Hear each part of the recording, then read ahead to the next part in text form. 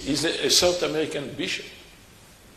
Although, you know, he comes from the center of the world, Chicago, no? But another thing, have you heard about Cardinal Prevost? But Prevost is French, by the way. Prevost is French. Is that correct? And look at the genealogy of Prevost. It's very interesting. It's everything from South America, Haiti, Louisiana. Everything finishes in Chicago, but Chicago is not the end of the world. So that's Cardinal Prevost, a man from Chicago, becomes the Pope of the Universal Church. Thank God. Thank you, Your Eminences. We can now take a few questions from members of the media. I have two seminarians on either side who have microphones. If you'd like to ask a question, please raise your hand and I will call on you and they will bring a microphone over to you. The first question goes to Lester Holt, NBC News. Thanks very much. My question is to Cardinal Tobin. A lot had been talked about in the lead up about this larger number of cardinal electors, the fact that they were scattered from different parts of the world, didn't know each other. I want to ask you about the level of familiarity in the room, in the conclave. Well, first, Lester, I'm glad you clarified what you meant by larger cardinals.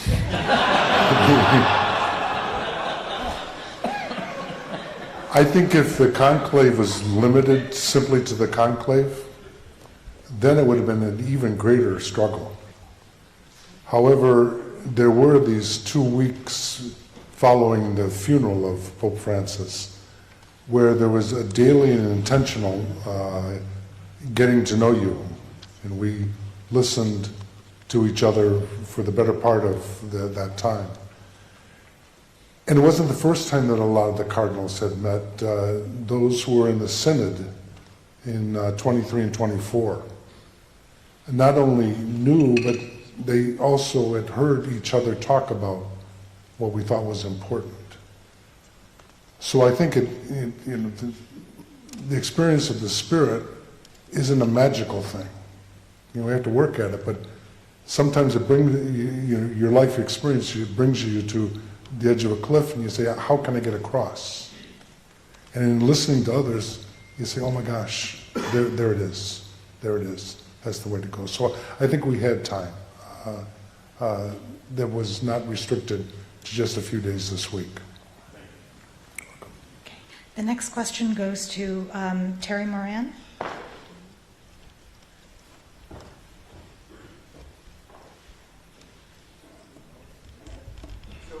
A couple of questions. First, during the meetings of the cardinals and the congregations, did Pope Leo, then Cardinal Prevost, did he have something to say that might have had an impact on the conclave? And then today, Cardinal Bo of Myanmar told ABC News, and I want to get his quote, that one of the reasons he's excited to have an American Pope is because he can build a bridge and find conversation and dialogue with President Trump. Do you think that was present as well?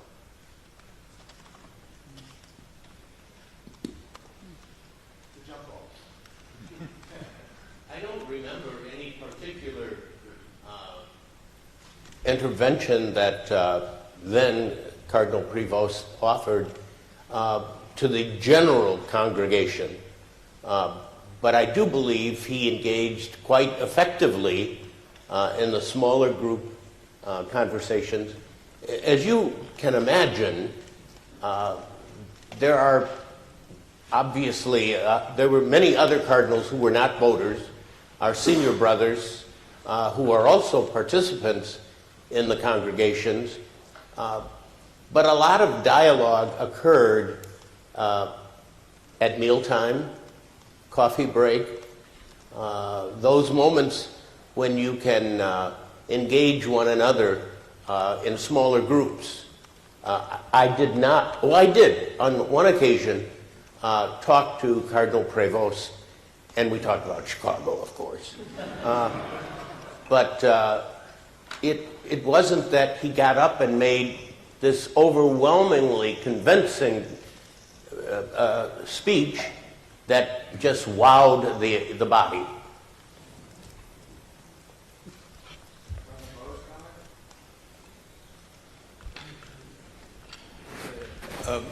I'll try both of those. One is that Cardinal Prevost talk during the general sessions. I think what was important was not particularly the substance of what he said, but the manner with which he spoke. And that's key when we're looking at these questions. The key is, what is the manner a man is going to bring to this office, to this role? Secondly, I think the impact of him being an American was almost negligible in the deliberations of the conclave. Surprisingly so for me. I'm a newer cardinal, and I talked to many of those who were from different places, many far-flung, because you know Pope Francis made cardinals in the peripheries. That was a particularly important witness. And what surprised me was the real absence of that being a key question at all in this conclave. So, maybe, I think we should not forget that he has held a very important position in the Curia for a couple of years already. You know.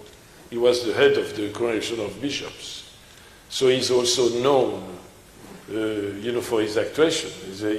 He has begun, and he has been chosen by Pope Francis. You know. There is also, I think, a kind of continuity. I think he has a deep understanding of who Francis was, and so there is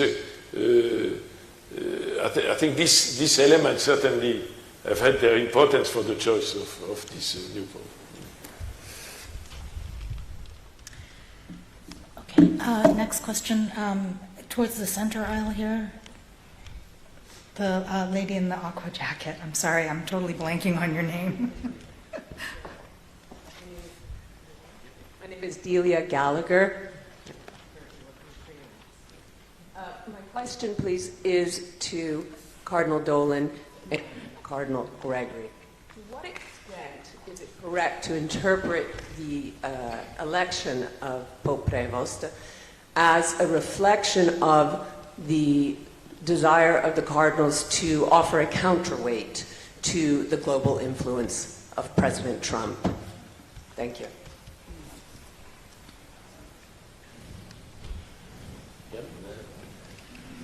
I would back up what Cardinal McElroy said. I don't think the fact that Cardinal Prevost was from the United States had much weight. I like the comment of the gentleman who just spoke. It should not startle us that we would look to Pope Leo as a bridge builder. That's what the Latin word pontiff means. He's a bridge builder. Will he want to build bridges to Donald Trump? I suppose, but he would want to build bridges with the leader of every nation. So I don't think at all my brother cardinals would have thought of him as a counterweight to any one person. I don't know if that's ever been true in the history. Perhaps in 1978, perhaps the election of Karol Wojtyła as a counterweight to the communist hegemony would have been a little more apt. But I don't see anything like that now. He would look forward to meeting and very soon, within 10 days, he'll begin almost daily meeting with leaders of the world who will come for rather substantive discussions. I presume one of them down the line would be the President of the United States. Would that be of more heft than the other ones? I don't think it would in his eyes. I didn't sense in the conversations that I had with the other cardinals of the world that the conclave was seen as a continuation of the American political election. Obviously, the cardinals were quite aware of things that have occurred in the United States, statements that have been made, political actions that have been taken. But what the cardinals were concerned about primarily, at least from my conversations with them, was who among us can bring us together? Who among us can strengthen the faith and bring the faith to places where it has grown weak, bring the faith to places where there seems to be less enthusiasm or appreciation of the common things that draw us together. So it wasn't an election conclave, it was a desire to strengthen the Christian faith among God's people. Okay. Next question goes to Maurice DeBrois.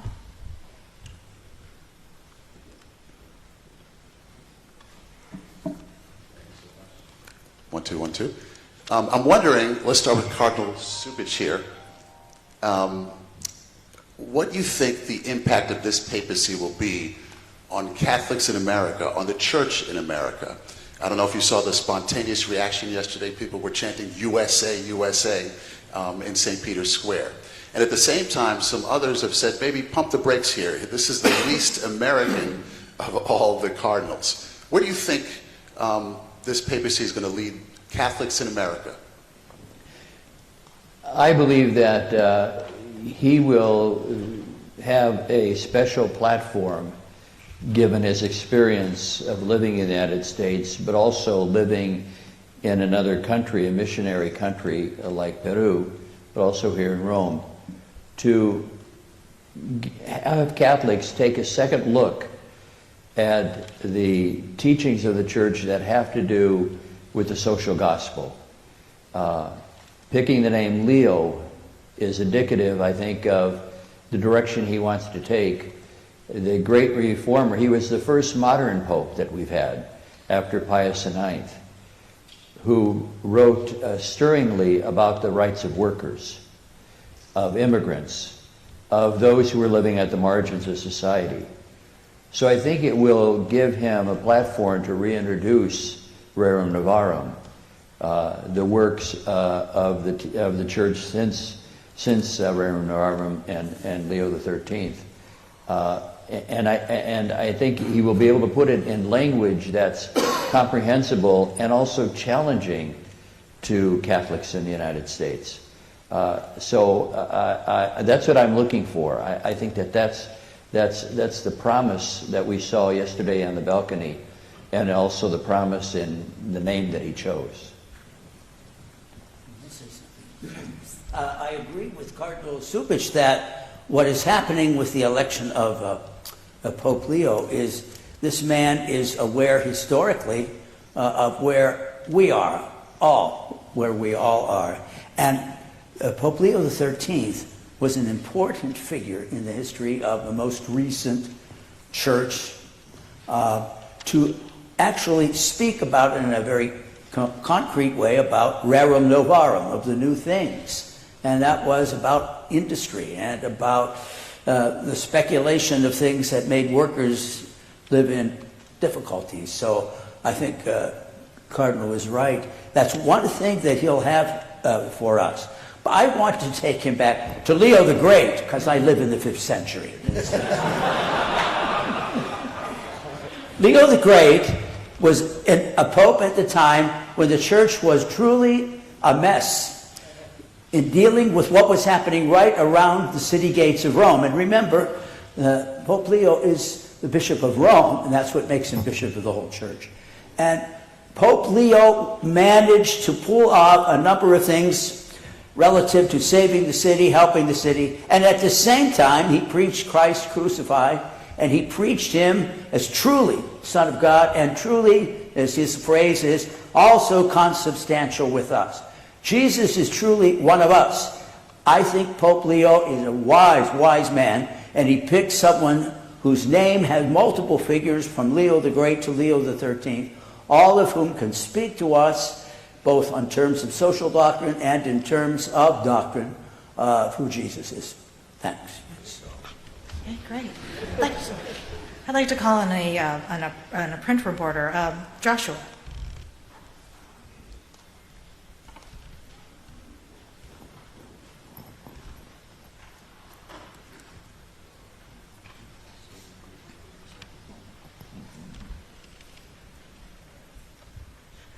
I'm Joshua Mackel with Reuters. Thank you so much. Something I think many of you saw, or we all saw in Pope Francis, was that he was a very free man. He kind of knew who he was, and he spoke very plainly and very openly, I think sometimes in ways that might have caused you all some trouble. And I wonder how you see, well, Pope Francis spoke very freely also about the situation in the U.S. church and in U.S. politics. He addressed President Trump pretty directly. He called the plan to deport millions of migrants a disgrace.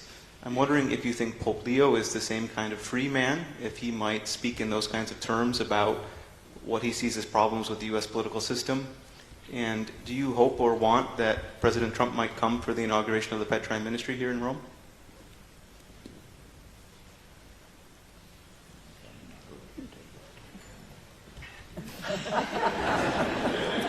Why not?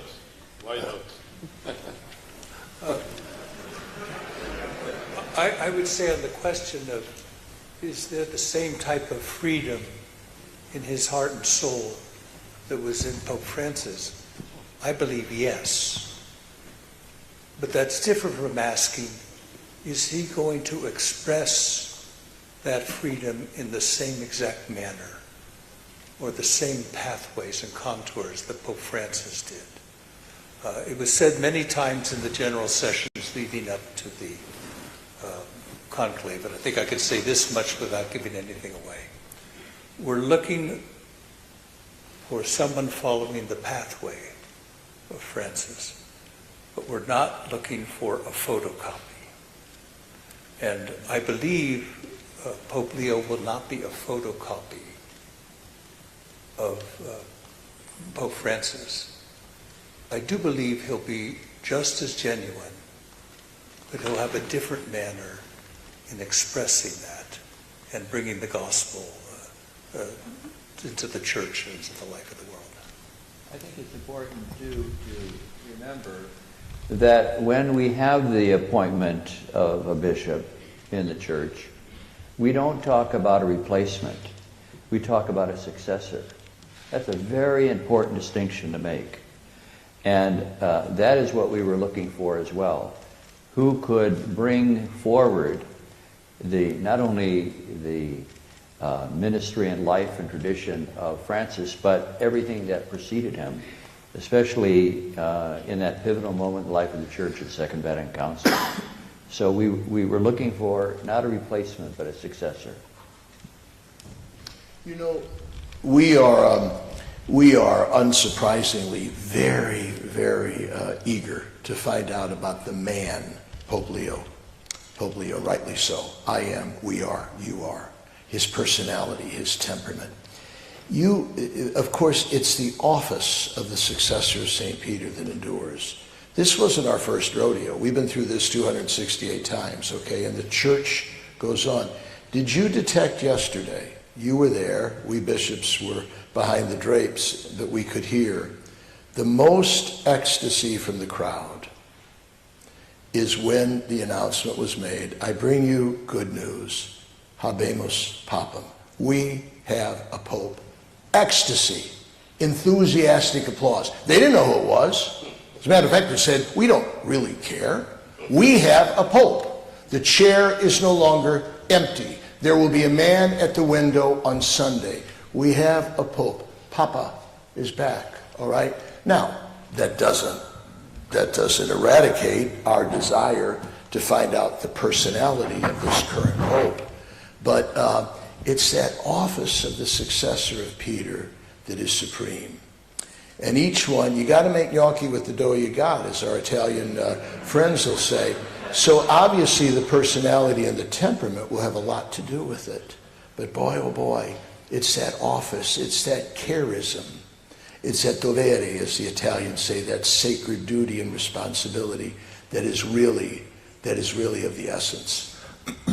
I also think that it's important and looking at Pope Leo to give him space to grow into the office. He's never been Pope before. And so while he comes with a rich heritage, a missionary heritage, a religious heritage, he's going to grow into the office and seize opportunities that perhaps were not ever seen in his life before. There's a tendency for all of us to believe that we can capture tomorrow by looking at yesterday. And I think that Pope Leo will surprise us as he brings his gifts and confronts the challenges and responds in grace to the needs of the church. I think that Cardinal Wilton has a very important point. Within news cycles, we have to know every bit about Pope Leo now. He's less than 24 hours old as Pope. Give him a chance to reveal his personality, and you and others who are in the media can do that, just watching his actions and his talks and the way he engages people. I'd like to see it develop more before we suddenly make judgments. Joshua, thinking about your question, we all heard, before we started voting, a rather extensive conference that was given by somebody I think you probably remember, Father Cantalamessa, now Cardinal Cantalamessa, who's I think around 90 years old, but still a very dynamic and thoughtful speaker. And he, towards the end of his conference, he gave advice that all of us heard, just in case. Advice to the one who's going to be elected. And he said, be yourself. Now, lest that seem to be just simply a life as a selfie attitude, I heard it in terms of a novel that really fascinated me at different times in my life, called Till We Have Faces by C.S. Lewis. And in it, this wise teacher is tutoring two princesses, this tribe. And one was very bright, very rational, is questioning about the gods, because it's set in pre-Christian Greece, or Macedonia, really. And the princess says, why won't the gods come to us? But by this time in the novel, you realize the author's talking about God. Drop the S and make it a capital G. And he says, the gods will not come to us until we have a face. They don't want to waste their time talking to masks. So I think Pope Leo heard that call as Bob Prevost. And he's going to carry it out with the gifts of grace and nature that God's given him. So I don't think there's a worry about him being a carbon copy of anybody. Okay. The next question goes to Lauren Green, Fox.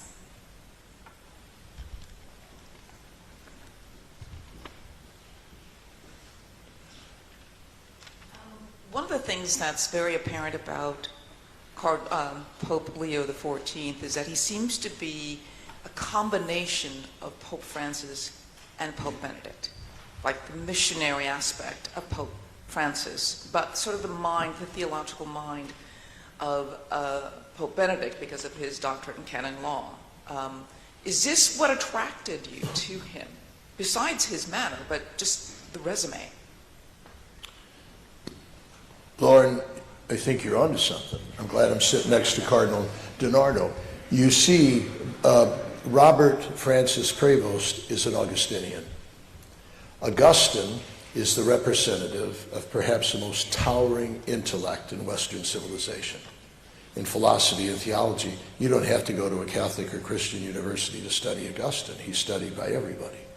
And so that could be the rock of an intellect that would remind us a bit more of Pope Benedict, right? But yet, right. He's filled with that missionary zeal and fervor, that the cerebral life is fine, but unless it sinks to the heart, takes over the soul, and can be expressed credibly and in a compelling, colorful way through the mouth, it ain't going to accomplish much. And so, yes, that might be the combination there of with Pope Francis. Way to go.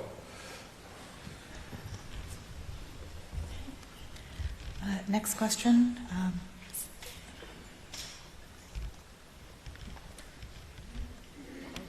Hi, Mary Calvi. I have a question for Cardinal Dolan and Cardinal Tobin. Cardinal Dolan, before you were sequestered, you told me that you were hoping for a pope who had pastoral experience within a diocese, in a church community, a gifted linguist, and a person with Vatican experience, but maybe not a Vatican lifer. And that certainly described Cardinal Prevost. So I was wondering from you, and also from Cardinal Tobin, when you were going in to the conclave, did you have an idea in your head that Cardinal Prevost would be the next pope? And also on the subject of gnocchi, how was the food in the conclave? Well, Mary, thanks for reminding me of what I had said in our enjoyable interview.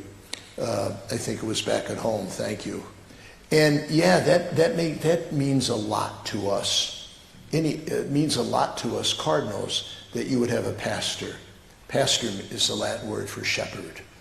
Jesus, this Sunday, we're going to celebrate Good Shepherd Sunday when Jesus says, I'm the Good Shepherd. We look for somebody who's a good shepherd, a good pastor. And that usually is translated into that part of his curriculum vitae would be extensive pastoral experience. Lord knows Pope Francis had it.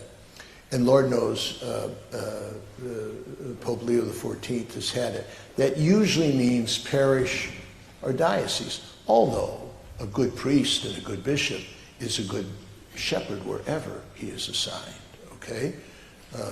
Cardinal Pierre has spent most of his life in the diplomatic service of the Holy See, maybe not in a parish or diocese, but he's still a good shepherd. But we would look to that, Mary, very, very much. The food, let's just say it was a good impetus to get this over with. All right?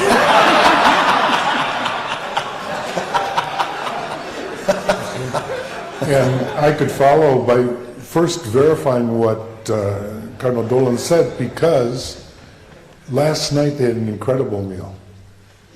As I said, they've been holding back, till we got the job done. But I do remember being so shocked the day after Easter, getting the word about 5 o'clock in the morning of Pope Francis's death. And as I was shaving later that morning, I was listening to a segment on the BBC in which Cardinal Bo, who was mentioned from Myanmar, was being interviewed. And towards the end, the journalist, with the customary discretion, said, without violating any secrecy, do you have some candidates in mind? And Cardinal Bo surprised me by saying, well, yes, there's one or two I've been thinking of. And I said, Joe Tobin, you got a candidate in mind? And I said, absolutely not now. And I don't think it's just laziness. There are other things I probably could do more promptly. I needed to listen to, especially these discussions before, as I valued what happened in the Synod so much, because it was an opportunity not simply in Rome to listen, but in all places in Newark, New Jersey.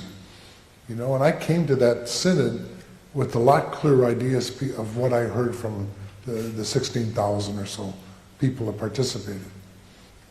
So I think that I would imagine there was one or two that came with somebody else in mind and changed because of what they heard from people. So thank you. Okay. Well, we are running a little short on time. I'm going to give one last question to a Catholic outlet. I'm going to call on Cindy Wooten with Catholic News Service.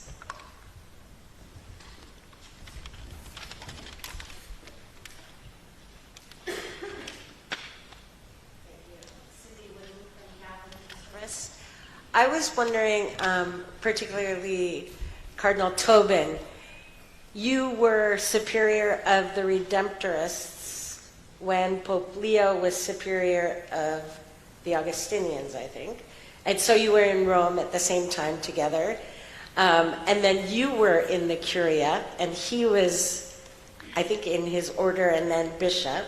And now you serve on the dicastery for bishops that he was the head of. How would you describe the way he works and administers and kind of runs things? What have you noticed about his personality, how he handles difficult challenges, difficult personalities? Well, there's a lot of questions there, Cindy. Let me take a couple of them. Yes, we did work together in a number of projects, and we had similar experiences in the sense that as Superior General, you live about half of the year in this city, and then half of the year in other places.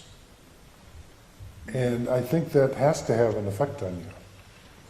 It's much like in the United States.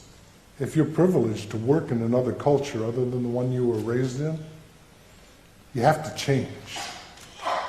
I remember a Spanish priest at a meeting in Brooklyn, of all places. It was a conference on the particular forms of worship that Latin Americans feel most at home. And at lunch he said, "I feel sorry for you." And so I'm bracing myself, for whatever he feels sorry about. I said, "Why?" He said, "Because you're working with these people and you're not one of them." I said, "But I feel like I'm one of them, and I really find life doing what I do." He said, yeah. He said, "But it's like taking a pine tree out of the northern forest and planting it on the beach in Puerto Rico. The pine tree can grow, but it has to change." And so it's not like a schizophrenic split personality, but it's more like a broadening experience. And I think Pope Leo has had that, And so he's learned to think different ways. He's learned not only languages. Language is just one cultural indicator. In fact, there's some other things that are even more important. And that's going to serve him well. And yes, he's navigated the corridors around in Rome, and that'll serve him well. I don't think he's one that likes to pick fights with people, but he is not one to back down if the cause is just. And I guess the last thing I'd say about Bob is that he really is a listener, and then he acts once he's heard. So he has a lot of courage, and I just thanked him yesterday when it was my turn for saying yes to such an awesome responsibility. Okay, thank you very much, Your Eminences, and thank you, ladies and gentlemen of the media, for your participation today, and thank you, Monsignor Powers and the Pontifical North American College for hosting us today. Have a good evening, everyone.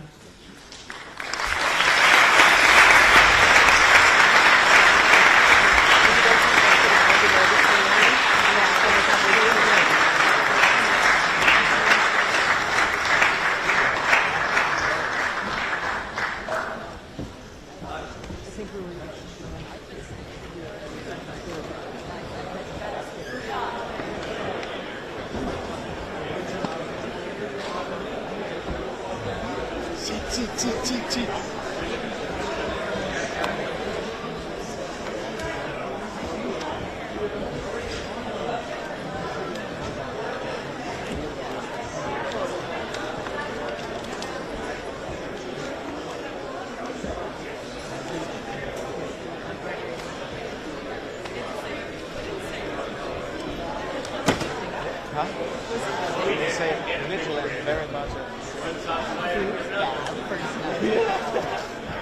Okay,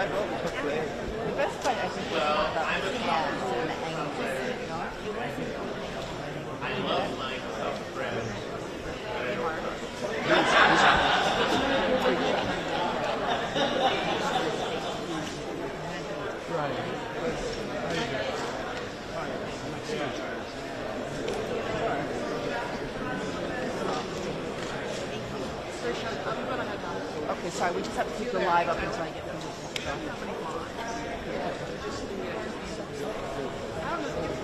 Okay. You can go down.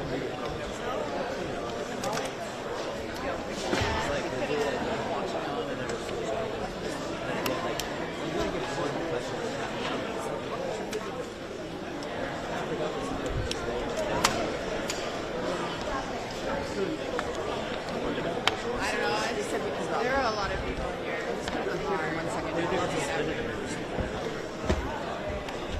Yeah, I mean, I guess like. Thank you very much, Trisha.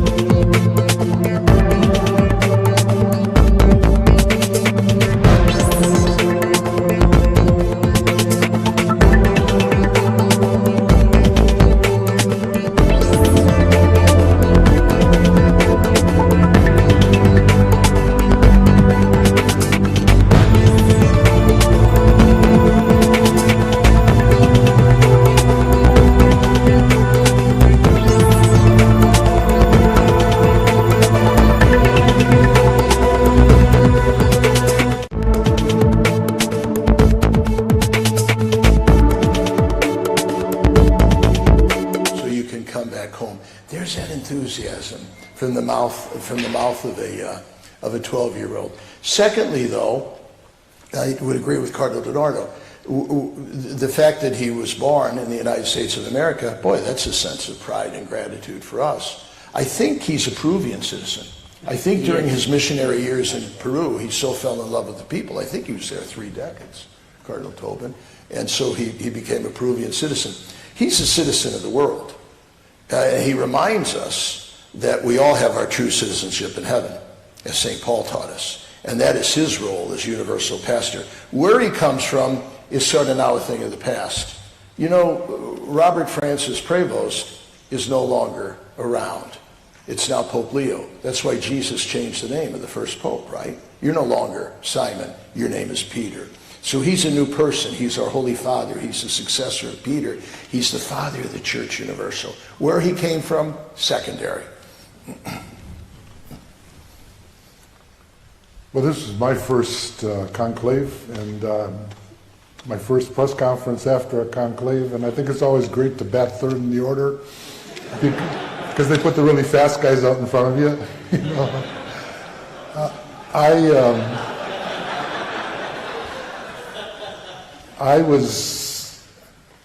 So I had a moment to prepare, and I guess my first experience of the conclave was its starkness. You know, it's a meeting that's a lot more than a meeting that's coming. It happens after a period of mourning, which I don't think is really finished yet, but you know, a period of mourning and things that were part of our lives. Any device that could transmit was taken from us. Any connection with the wider world. Now we had that for a few weeks when we listened to each other talk about what each cardinal present, and not only the voting cardinals, but any cardinal that could still get into the meeting room, talked about for the weeks before the conclave. What does the church need? What's the world need? What are we hoping for? What are we dreaming about? So is starkness followed by expectation. Now we know something's going to happen eventually, and in some ways the voting is like watching a glacier move, but sometimes glaciers under stress move a lot faster. I really think that we were not simply counting on the forces that were within that room. We were remembering that it's the Holy Spirit who brings the church together. And it's the Holy Spirit who makes reconciliation possible. And it's the Holy Spirit who calls forth and indicates. And so we just needed to be sensitive to that. And then I saw that kind of reflected in the former Cardinal Bob Prevost, who I've known for about 30 years. Worked with him. After one of the ballots, you know, you carry your ballot to the front of the hall, you deposit it, and just say a few words in Latin to say, I'm standing before God, and Michelangelo reminds you of our ultimate destiny. And as best as I can say, this is the one that I think is indicated. Then I walked back and I took a look at Bob, and because his name had been floating around. And he had his head in his hands. And I was praying for him because I couldn't imagine what happens to a human being when you're facing something like that. And then when he accepted it, it was like he was made for it. He just, all of whatever anguish was resolved by the feeling that I think that this wasn't simply his saying yes to a proposal, but God had made something clear and he agreed with it. So it was kind of an interesting few days. Well, I'm batting cleanup. And I hope this is my first conclave, and I hope my last. So viva el Papa. But one of the things that I come away with is, just imagine We were over 130 people with different languages, cultures, backgrounds from more than 70 countries. And within 24 hours, we were able to come to unity.